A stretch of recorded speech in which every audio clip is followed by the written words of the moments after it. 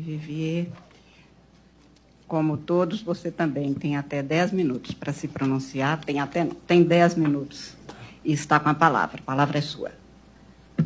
Obrigado. Queria começar falando de São Lourenço. São Lourenço, padroeiro dos humoristas, pouca gente sabe. São Lourenço que morreu na grelha. Ele, por uma piadinha, São Lourenço fez uma gracinha. O imperador de Roma pediu que entregasse todas as riquezas da igreja. São Lourenço foi ao imperador com uma multidão de pobres e disse: eis a maior riqueza da igreja. Foi condenado à grelha. Na grelha, ardendo em chamas, deitado sobre a grelha, já ardendo, quase morto, ele ainda se vira para o carrasco e diz: pode virar, esse lado já está bom. Por essa, São Lourenço é o padroeiro dos humoristas e também dos cozinheiros. E dos churrasqueiros também. Eu sou devoto de São Lourenço, apesar de ateu. E eu venho aqui falar enquanto humorista e devoto de São Lourenço. Eu aprendi com ele e com o Ricardo Araújo Pereira, que foi quem me ensinou tudo sobre São Lourenço, que humorista não pode ter medo, que o humor não convive com o medo. Então, eu não tenho medo nem da morte, eu vou ter da censura. Ao contrário, eu quero agradecer aos censores. Sim, porque não tem nada melhor para a classe dos humoristas do que a figura do censor. Não há nada mais patético, mais risível, mais ridículo, mais propício a piadas do que essa contradição humana, que é esse sujeito pudico que passa o dia à procura de sacanagem. Ele é um beato que passa o dia inteiro à procura de um pinto. É algo risível, porque é uma contradição eterna. Ele acorda, ele se senta à sua mesa, ele põe os óculos, pega uma caneta e até o final do dia ele procurará mamilos, riscará pepecas, sublinhará bilaus. É isso que ele faz da vida. Ele é um sujeito que se dedica a procurar obscenidades. Ele é um sujeito que, para escolher essa profissão, precisa ser no mínimo um pervertido. E o pior dos pervertidos, porque ele quer a sacanagem só para ele. Ele gosta tanto da coisa que ele passa a vida lendo em primeira mão e não deixando que ninguém mais veja. O pior, ele sugere arremedos, não é, que sempre pioram o objeto, o objeto censurado. Tanto é que a história se encarrega já de esquecê-los, né? Nelson Rodrigues, Chico Buarque, Caetano Veloso, Graciliano Ramos, Cassandra Rios, Érico Veríssimo, todos censurados. Alguém lembra o nome dos censores? Ninguém. Não há sequer um beco em homenagem a eles. Ele está no último dos círculos do inferno de Dante. Segundo o atual diretor de artes cênicas da Funarte, os artistas estão, aspas, deturpando os valores mais nobres da nossa civilização, propagando suas nefastas agendas progressistas, denegrindo nossa sagrada herança judaico-cristã. É graças a gente como ele que eu tenho meu emprego garantido pelos próximos 3 anos. Porque esse governo é uma espécie de manancial, é um pré-sal da estupidez. Então, realmente, para um humorista, isso é algo que com certeza é muito trabalho. Não precisa nem cavar, até às vezes dá preguiça, porque está lá já a piada. A piada é o sujeito, né, em algum lugar.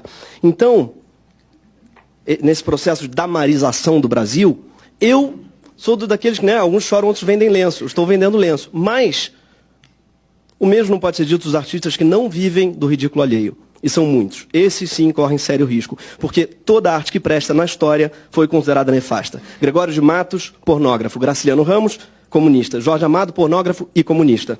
No panteão das nossas obras-primas, poucas sobreviveriam a esse governo. Grande Sertão Veredas é a história de um jagunço que se apaixona, como bem lembrou, Caio Black interpretou lindamente um dos jagunços. Ele se apaixona por outro e só descobre na morte do mesmo que o jagunço era trans. Desculpem o spoiler de novo. É a história de um jagunço transexual. Essa é a história, como bem definiu o Caio Black. E o outro bissexual. O que seria de Dom Casmurro, senão a história de um amigo tão apaixonado por outro que fantasia que ele está dormindo com a sua mulher. E chega a ver o rosto do amigo até no filho. Além de homossexual, incestuoso.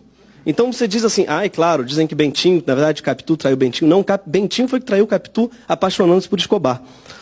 E eu não vou contar aqui a história dos cadernos de Lori Lamb, de Hilda Hilst. Nem vou resumir obra nenhuma de Nelson Rodrigues, para não quebrar o decoro de vez. Nelson não tem nenhuma obra em vida que não tenha sido considerada nefasta em seu tempo.